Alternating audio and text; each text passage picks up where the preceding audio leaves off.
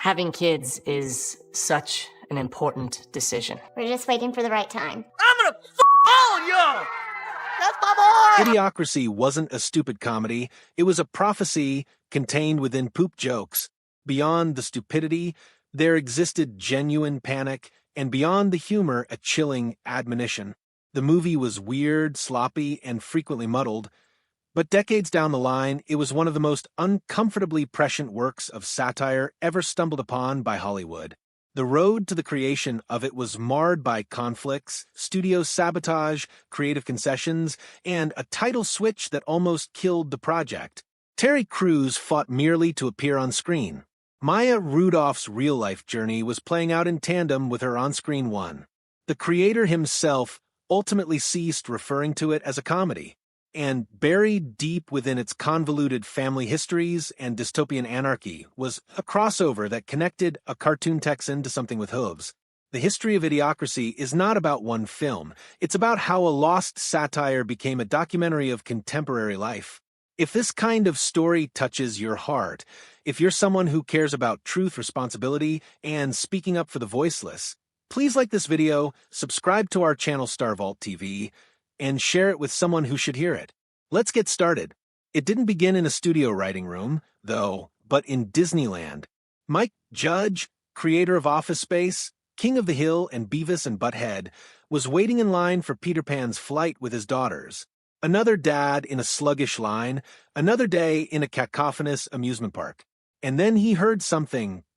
Two mothers yelling obscenities at their toddlers, loud, unapologetic, and aggressive. Judge later remembered that moment. It struck me that people like this are going to outbreed the smart people, and they're raising their kids like this. Right there, in the midst of the happiest place on earth, the seed of Idiocracy was sown.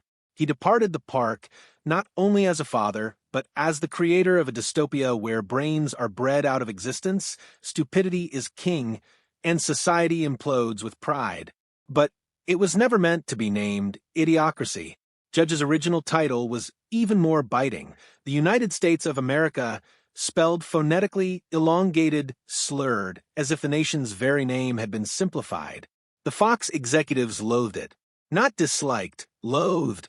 To them, it was too confrontational, too rude, too humiliating. They feared audiences would interpret it as unpatriotic, that critics would deem it anti-American. Judge battled to keep it, but he was outvoted. Weeks of argument produced the compromised title Idiocracy. Even that created tension within the studio. Some of the executives believed that it was too cynical, too nasty, too biting an insult to proudly market. And so it was decided, retain the title but kill the release. When finally the film was complete, Fox accorded it the most lackadaisical rollout conceivable. No trailer, no posters, no press tour. Theaters were not even properly provided with material. Some had it listed as untitled Mike Judge Project. There was no marketing, no red carpets, not even the pretense of support. The message was clear as day. This was a film the studio wanted to keep hidden. Actors didn't even know it had opened until after it had closed. But you can't erase a film entirely. Word to get out DVDs passed around, and gradually, agonizingly, Idiocracy gained its fans. Even prior to release, the film had been a war zone. Judge had been guaranteed a small but functional budget. But then the trimming started. Whole days of shooting disappeared. Locations were exchanged. Extras got cut. Sets were reused. There was even a time when they couldn't afford decent digital effects, so logos had to be crudely blurred during post-production. The final insult was when crew members were informed their checks could be held up or not come at all. Some never received full payment. A movie about corporate ineptness was being shut down by corporate ineptness in real life.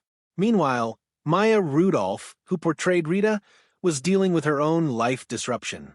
As the movie was being quietly dumped by Fox, she had just given birth to her first child with director Paul Thomas Anderson.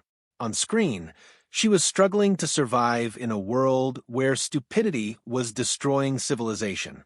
Off-screen, she was struggling with the very real turmoil of new motherhood. For Rudolph, Idiocracy was a bizarre double life, fighting commercials and mannequins in one reality, holding a newborn in another. Then there was Terry Cruz. His president, Dwayne Elizondo Mountain Dew Herbert Kamacho, was so boisterous, so crazy, so indelible that it was the public face of the movie. But it nearly didn't come to pass. Cruz auditioned 5 times. Studio executives demanded bigger, safer names. They believed Cruz wasn't famous enough to front such an unsafe movie. By the 5th audition, he was angry and about to walk out. He stared down the casting staff and told them, "If you can find someone better, just give it to him." And then he let out the chaos, the screaming, the improvisation, the sheer craziness that would become Kamacho. At that moment, the job was his. Judge instructed his extras with a one-word memo: play dumb, cartoon-level stupid. Occasionally, they crossed the line. One background actor dry-humped set pieces. Another acted out racist jokes. Judge cut those shots, not because they were unfunny, but because they entered cruelty. His future world needed to be ridiculous, not mean-spirited. Even in satire, stupidity had its limits. Some of the satire, however, came disturbingly close to home. Civilization did not end in war or zombies. It ended in a pile of garbage. Ridiculous as it may seem, Judge took the concept straight from actual accounts of America's garbage epidemic. The dump became de facto in Idiocracy, a culture too apathetic to recycle, buried under the weight of their own waste. And then came the Crocs. When the art department required futuristic shoes, they discovered the most repulsive shoes possible, rubber prototypes called Crocs. Judge considered them so awful nobody would ever wear them in real life. A few years passed, and Crocs went crazy in global fashion. What had been done in jest became prophecy.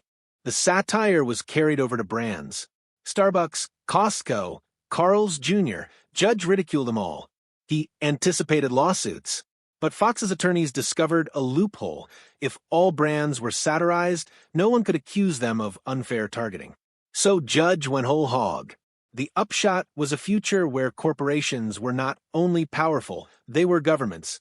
And the one brand that was left untouched, unvarnished, basically unmocked was Fox News. Judge did not even spoof it. He just left it alone because in a dumbed-down future, Fox News already fit.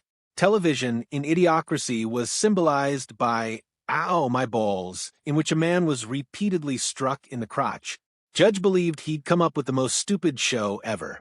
But within a decade, viewers were tuning into Jackass, America's funniest home videos and YouTube failure compilations.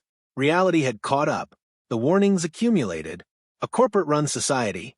Pain as entertainment-obsessed culture. A leader more spectacle than president. And yet, Fox killed the movie because they believed that it was too smart, too witty, too edgy. It grossed less than $500,000 in theaters, but on DVD it detonated. College dormitories, midnight shows, online forums. It became scripture to a generation that understood Judge hadn't created a comedy. He'd created a prophecy. And as the years went on, Judge himself acknowledged the same. He ceased referring to Idiocracy as a comedy and began referring to it as a documentary. Politicians plunged into spectacle. Social media made entertainment into noise. Corporations became unassailable empires. The most idiotic content was watched the most. Judge had not foretold the future. Reality had simply completed the picture. Fans wanted more. In 2016, Judge and Cruz proposed the return of Kamacho, adds appearances, full gear in an election year. But Fox didn't follow through. The joke was too real. Kamacho wasn't parody anymore. He was a mirror. Even the movie's fictional products spilled over into real life. Brondo, the glowing sports drink that had what plants crave, was made into an actual product. For a short while, you could actually purchase bottles of the ridiculous gag. The line between satire and the real world grew even thinner. And Mike Judge once again recycled old faces. David Herman, Stephen Root, and others from Office Space showed up in Idiocracy, echoes of his previous work. The essence of Office Space, office despair, systemic breakdown, had merely transmuted into something more dumbed down, louder, and nastier. Judge had also taken cues from the Marching Morons, a 1951 science fiction short story about a future where intelligence is in decline as the intelligent cease reproducing. When he first read it, it read less like story and more like warning.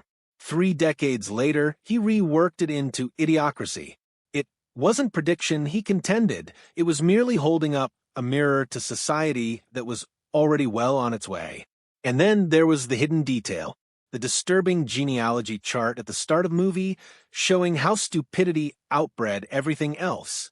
Pause it long enough, and you'll find a surprise. Hank Hill from King of the Hill. And a goat. Judge had quietly merged his entire comedic universe into Idiocracy. A family tree of absurdity, a crossover of satire, and a hidden wink at the audience. Ultimately, Idiocracy was meant to be a joke, a stupid comedy filled with fart jokes and cartoon people. But time worked its magic. Crocs became actuality. Ow, my balls took over the internets. Spectacle became more important than ability. Dumb began to triumph. A film Fox attempted to suppress became the prediction of an era. Judge captured it best. It didn't foresee the future. It merely foretold the one we laughed at, and then went quietly on to become